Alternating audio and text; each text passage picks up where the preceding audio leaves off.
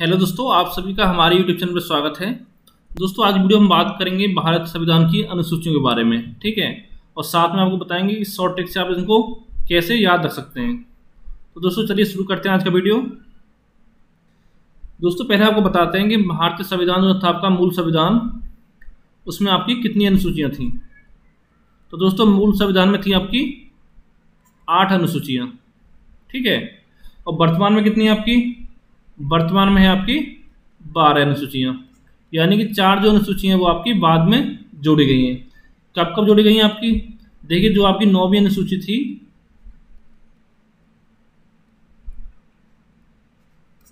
ठीक है, ये आपकी जोड़ी गई थी। जो पहला आपका संविधान संशोधन अधिनियम बना था 1951 में,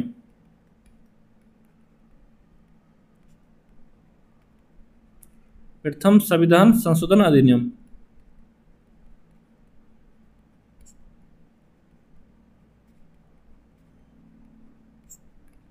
के तहत जोड़ी गई थी। और दूसरी जो थी आपकी 10वीं अनुसूची, वो जोड़ी गई थी आपकी जब आपका 52वां संविधान संशोधन हुआ था। 52वें संविधान संशोधन अधिनियम के तहत।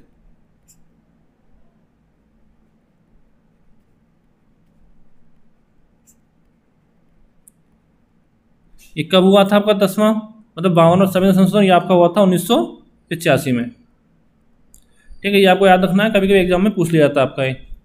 अगला आपका 11वीं अनुसूची, ये दोस्तों आपकी जोड़ी गई थी 73वें संविधान संशोधन अधिनियम के तहत।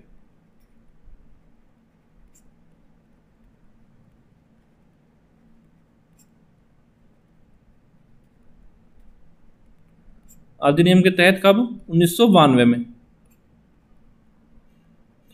और आपकी जो 12वीं अनुसूची है वो कब जोड़ी गई थी? ये आपकी जोड़ी गई थी 74वें संविधान संशोधन अधिनियम के तहत, ठीक है। ये भी आपका 1992 में हुआ था। तो दोस्तों ये जो 4 अनुसूचियां आपकी बाद में जोड़ी गई हैं। अब देखते हैं इनको विस्तार से थोड़ा सा।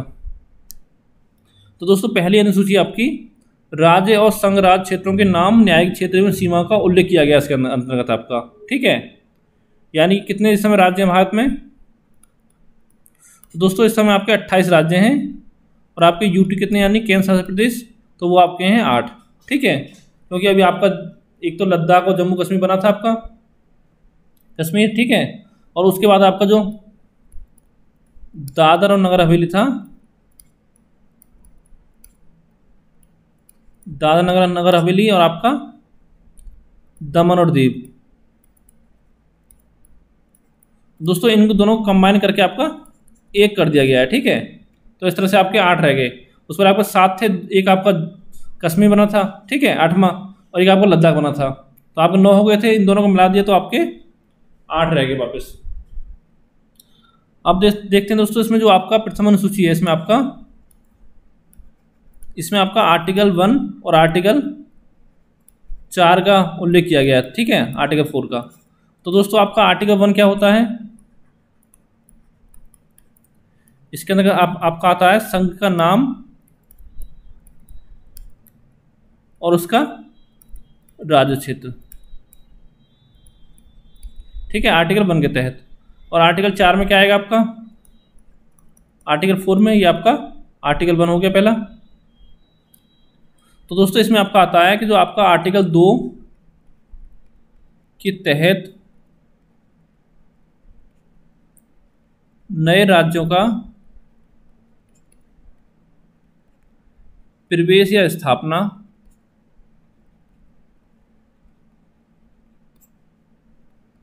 तथा आर्टिकल 3 के तहत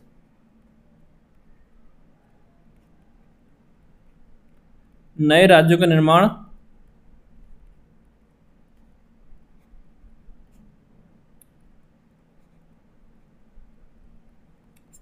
सीमाओं, क्षेत्रों और नामों में परिवर्तन,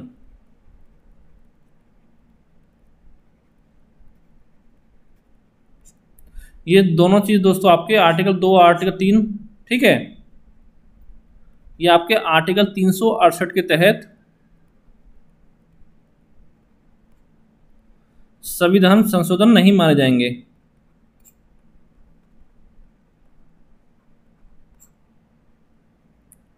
नहीं माने जाएंगे।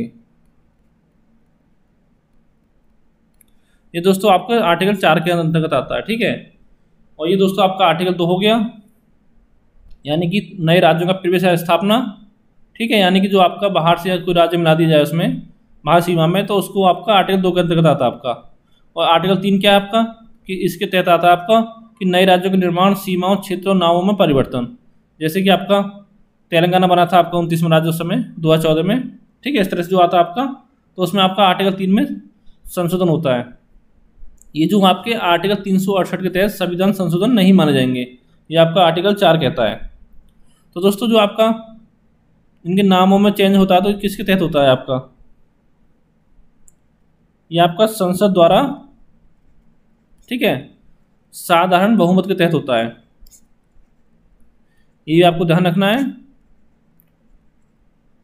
ठीक है, इतना आपको ध्यान रखना है। तो देखते हैं आप अगला क्या है अनुसूची। तो दोस्तों दूसरी अनुसूची आपकी कि संवैधानिक पदाधिकारियों के वेतन भत्ते का उल्लेख और परिलब्धियां संबंधी प्रावधान, ठीक है, ये आपका दूसरी अनुसूची में आता है।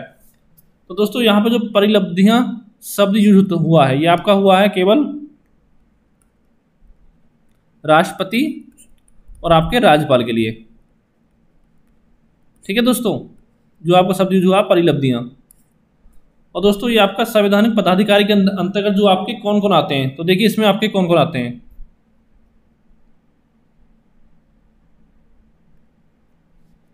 तो दोस्तों एक तो इसमें आपका आता है भारत के राष्ट्रपति, ठीक है, दूसरे पर आपका आते हैं राज्यों के राज्यपाल, उसके बाद आपके आते हैं, ये आपके लोकसभा हो गया, एक आपका हो गया विधानसभा, ठीक है, दोनों इनके आपके अध्यक्ष और इनके उपाध्यक्ष, ठीक है। उसके बाद आपके आते हैं राज्यसभा और आपके विधानसभा,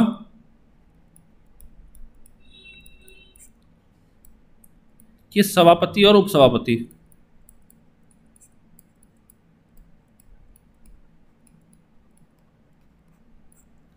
और आपके आते हैं हाई कोर्ट और आपका जो सुप्रीम कोर्ट होता है उसके न्यायाधीश, ठीक है, जिसमें आपके मुख्य न्यायाधीश भी आते हैं और आपके न्यायाधीश भी आते हैं।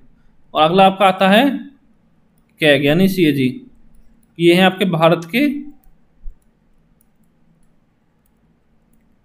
नियंत्रक एवं महालेखा परीक्षक,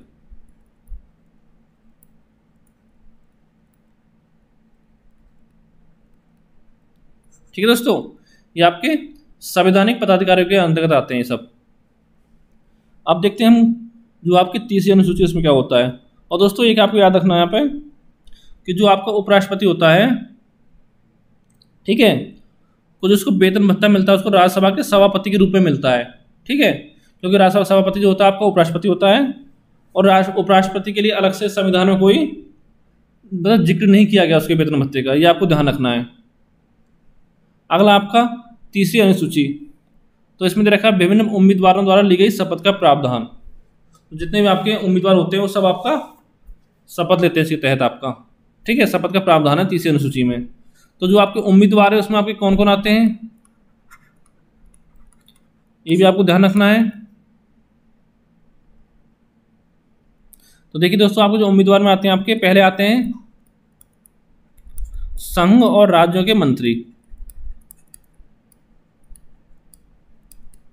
ठीक है, उसके बाद आपके आते हैं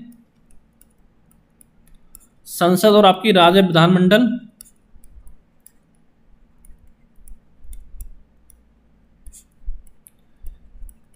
के लिए निर्वाचन हेतु जो अभ्यर्थी होते हैं वो आपके आते हैं।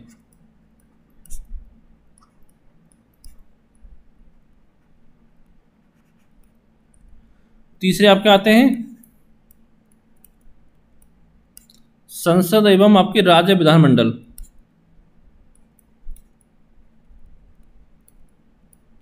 कि जितने भी आपके सदस्य होते हैं। उसके बाद आपके आते हैं सुप्रीम कोर्ट और आपके हाई कोर्ट के न्यायाधीश, और उसके बाद आपके आते हैं CAG, ठीक है, यानी कैग, भारत के नियंत्रक एवं महालेखा परीक्षक। तो ये दोस्तों आपके आते हैं उम्मीदवारों के अंतर्गत। तो देखिए दोस्तों, यहाँ पे आपके एक तो आपका राष्ट्रपति, एक आपका उपराष्ट्रपति, और एक आपका राज्यपाल की शपथ का जिक्र नहीं किया गया इसमें, ठीक है। ये आपको ध्यान रखना है कि एग्जाम में आपका अलग से पूछ सकता है कि आपके तीसरी अनुसूची में राष्ट्रपति, उपराष्ट्रपति और राज्यपाल की शपथ का प्रावधान नहीं किया गया है। अगला देखते हैं आपका, ये आपकी चौथी अनुसूची। इसमें क्या आपका कि राज्य और केंद्र शासित प्रदेशों के लिए राज्यसभा में सीटों का आवंटन होता है। इसके तहत आपका कि किस राज्य से आपकी कितनी सीटें आएंगी, ठीक है, राज्यसभा में। और दोस्तों देखना, इसमें ध्यान रखना आपको, राज्यों के लिए भी इसमें आपका केंद्र शासित प्रदेश भी आते हैं। और दोस्तों सबसे ज़्यादा जो उम्मीदवार भेजता है राज्यसभा में वो भेजता है आपका यूपी।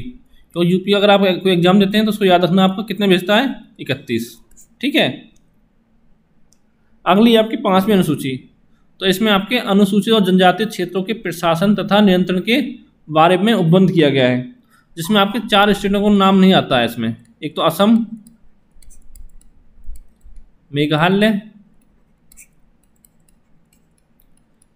त्रिपुरा और मिजोरम का इसमें नाम आपका नहीं आता है। वो कहाँ था आपका, उसका जो अगली अनुसूची आपकी 6ठी, उसमें आपका प्रबंधन किया गया है। देखिए इसमें असम, मेघालय, त्रिपुरा और मिजोरम राज्यों के जनजातीय क्षेत्रों के प्रशासन के बारे में उपबंध जो किया गया है वो आपका 6ठी अनुसूची में किया गया है, ठीक है। अब देखते हैं आपका अगली आपकी 7वीं अनुसूची। तो इसमें क्या आता है आपका, इसमें आपके संघ सूची, राज्य सूची और समवर्ती सूची के संदर्भ में राज्य और केंद्र के मध्य शक्तियों का विभाजन किया गया है। यानी कि आपको 3 सूचियां होती हैं, एक तो आपकी संघ होती है, ठीक है, एक आपकी राज्य सूची होती है और एक आपकी होती है समवर्ती सूची। कि इसके संदर्भ में जो आपका केंद्र और राज्य के बीच शक्तियों का विभाजन किया गया इसमें आपका। तो देखिए दोस्तों, जो आपका मूल संविधान था उसमें संघ सूची में कितने विषय थे आपके, उस समय थे आपके मूल रूप से 97, ठीक है। यह आपको ध्यान रखना है, एग्जाम में पूछा जाता है आपसे। और वर्तमान में कितने विषय हैं आपके संघ सूची में, तो वर्तमान में आपके 100 विषय हैं। और बात करते हैं राज्य सूची की, तो मूल रूप से थे इसमें 66, और वर्तमान में कितने हैं इसमें, वर्तमान में आपके 61। अब बात आती है समवर्ती सूची की। तो दोस्तों इसमें थे आपके मूल रूप से थे 47, और लेकिन वर्तमान में आपके हैं 52, यानी कि 52। और दोस्तों आपको एक चीज़ याद रखनी है आपकी कि जो समवर्ती सूची के विषय हैं जो आपका, ये कहाँ से लिया गया आपका, ये लिया गया आपका ऑस्ट्रेलिया के संविधान से इसका प्रावधान लिया गया है, ठीक है, ऑस्ट्रेलिया के संविधान से। और दोस्तों एक चीज़ याद रखनी है आपको, जो संघ सूची के विषय होते हैं इसमें जो कानून बनाने का अधिकार होता है वो आपका केंद्र के पास होता है, ठीक है। और जो भी विषय आपके राज्य सूची के होते हैं इन पर कानून बनाने का अधिकार होता है आपका राज्य सरकार का। और समवर्ती सूची पर आपका कानून केंद्र सरकार और राज्य सरकार दोनों मिलकर बना सकती हैं। और लेकिन अगर दोनों में दोस्तों टकराव होता है तो उस स्थिति में आपकी जो शक्तियाँ होती हैं वो आपकी केंद्र के पास होती हैं। अगली आपकी 8वीं अनुसूची, इसमें आपका भाषाओं का उल्लेख किया गया है, ठीक है दोस्तों। तो जो आपके मूल रूप से थी उस समय आपकी 14 भाषाएं थी, और वर्तमान में कितनी भाषाएं हैं, वर्तमान में आपकी 22 भाषाएं हैं। ये आपको ध्यान रखना है कि वर्तमान में आपकी 22 भाषाएं हैं, यानी कि 8वीं अनुसूची में। और दोस्तों एक भाषा थी आपकी, बता रहा हूँ याद रखने की जरूरत नहीं हुई आपको, कि जो आपकी सिंधी भाषा थी, ठीक है, इसको आपका 21वें संविधान संशोधन के तहत जोड़ा गया था।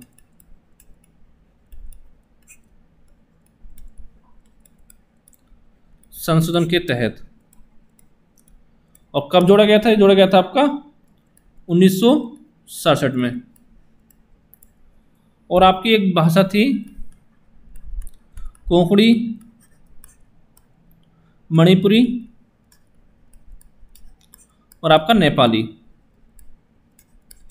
इन सबको जोड़ा गया था आपका 71वें संविधान संशोधन के तहत, ठीक है, 1992 में। और आपका बोडो, डोगरी,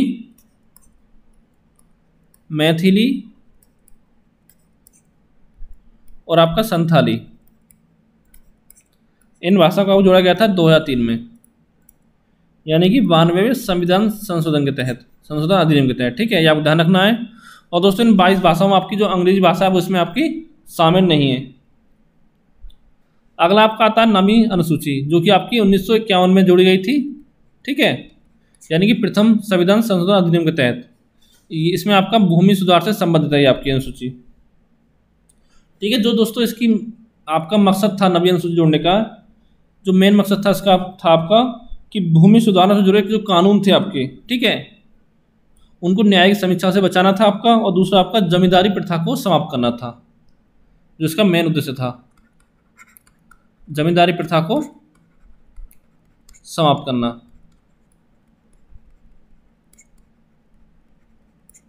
ठीक है दोस्तों, ये जमींदारी प्रथा क्या होती थी आपकी कि जब पुराने ज़माने में आपके मुगलों के काल में और ब्रिटिश काल में कि जो खेत को जो खेती करते थे उसका स्वामित्व नहीं होता था उसके पास, ठीक है, जो जमींदार होता था उसके पास स्वामित्व होता था खेती का।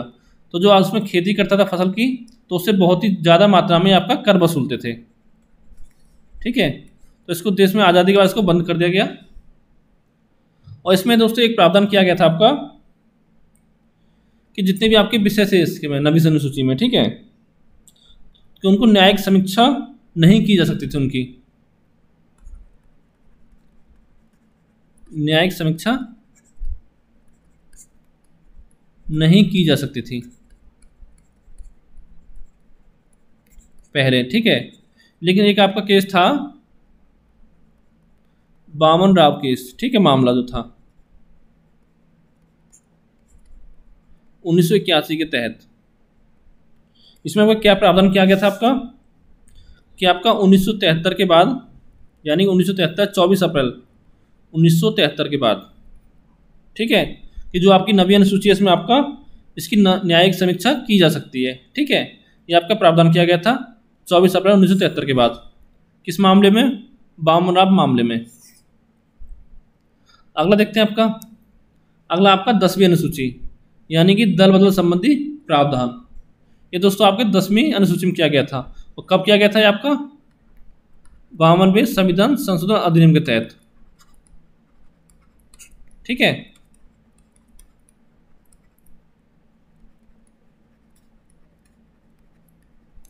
और कब किया गया था आपका 1985 में।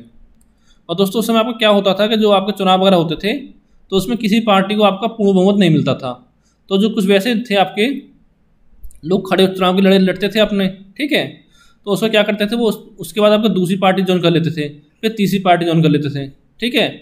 इसी को रोकने के लिए आपका दल बदल संबंधी प्रावधान लाया गया था, ठीक है। अगला बात करते हैं आपको 11वीं अनुसूची। तो दोस्तों ये आपकी पंचायत से संबंधित है, यानी कि 73वां संविधान संशोधन अधिनियम हुआ था 1992 में, तब इसको जोड़ा गया था।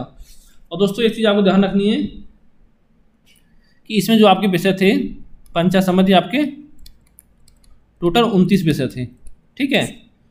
इसको दोस्तों अब आपको पंचायती राज व्यवस्था पढ़ाया जाएगा, तो उसको आपको डिटेल में पढ़ाया जाएगा, ये आपका बहुत ही इंपॉर्टेंट टॉपिक है। तो इसमें क्या क्या विषय आते हैं आपके, जैसे पुस्तकालय हो गया आपका, ठीक है, ये आपके गाँव से संबंधित है, पीने का पानी,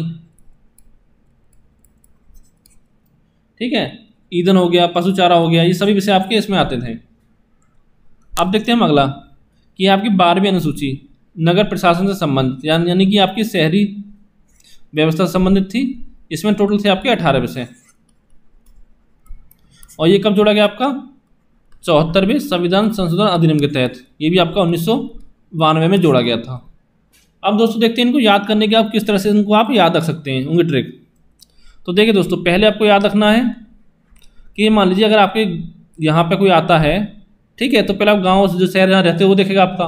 तो ऐसे मान लीजिए अगर आपको विदेशी नागरिक आता है तो पहले उसको क्या दिखेगा, इंडिया में आके उसको राज्य दिखेंगे आपके, ठीक है, और आपको केंद्र शासित प्रदेश दिखेंगे। तो यानी कि पहली आपकी हो गई केंद्र शासित प्रदेश और राज्यों से संबंधित, ठीक है। इस तरह से आप इसको याद रख सकते हैं। दूसरी आपकी हो गई वेतन भत्ते। तो दोस्तों ये आपको ध्यान रखना, जितने भी मंत्री नेता लोग होते हैं सबको पहले वेतन चाहिए होता है अपना, ठीक है। पहले आपका वेतन लेंगे वो आपका, उसके बाद वो लेंगे अपनी शपथ, ठीक है। यानी पहले उनको वेतन मिलेगा, फिर उनको शपथ मिलेगी, शपथ ली जाएंगे द्वारा। चौथा आपका हो जाता है कि आपका राज्य, यानी कि आपका राज्यसभा में आवंटन हो जाएगा आपका, ठीक है, केंद्र राज्य दोनों का, यानी कि स्टेट और आपका यूटी का। और 5 में दोस्तों आपका आता है एससी और एसटी के लिए उपबंध किए गए हैं, ठीक है। 6ठे पे आपके आ जाते हैं जो आपके छूट गए हैं इसमें, ठीक है। कौन कौन से छूट गए आपके? असम, मेघालय, त्रिपुरा और आपका मिजोरम, ठीक है दोस्तों। ये आपका 6ठी में आ गया। और 7 में आपका क्या आ जाएगा? आपका केंद्र राज्य के बनते हैं आपकी शक्तियों का बंटवारा,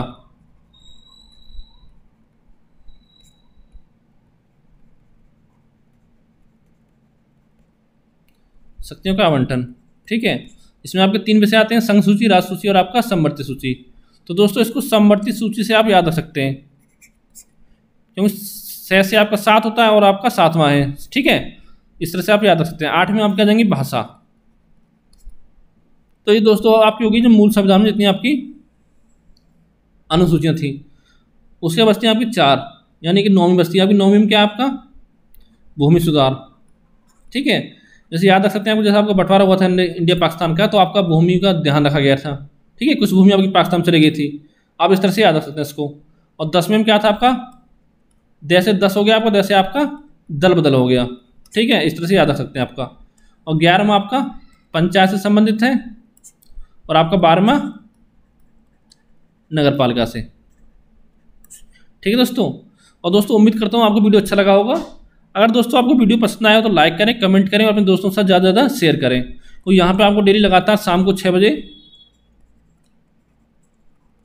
आपको भारतीय राज्य व्यवस्था संविधान की वीडियो मिलती रहेगी, ठीक है दोस्तों। Thank you for watching.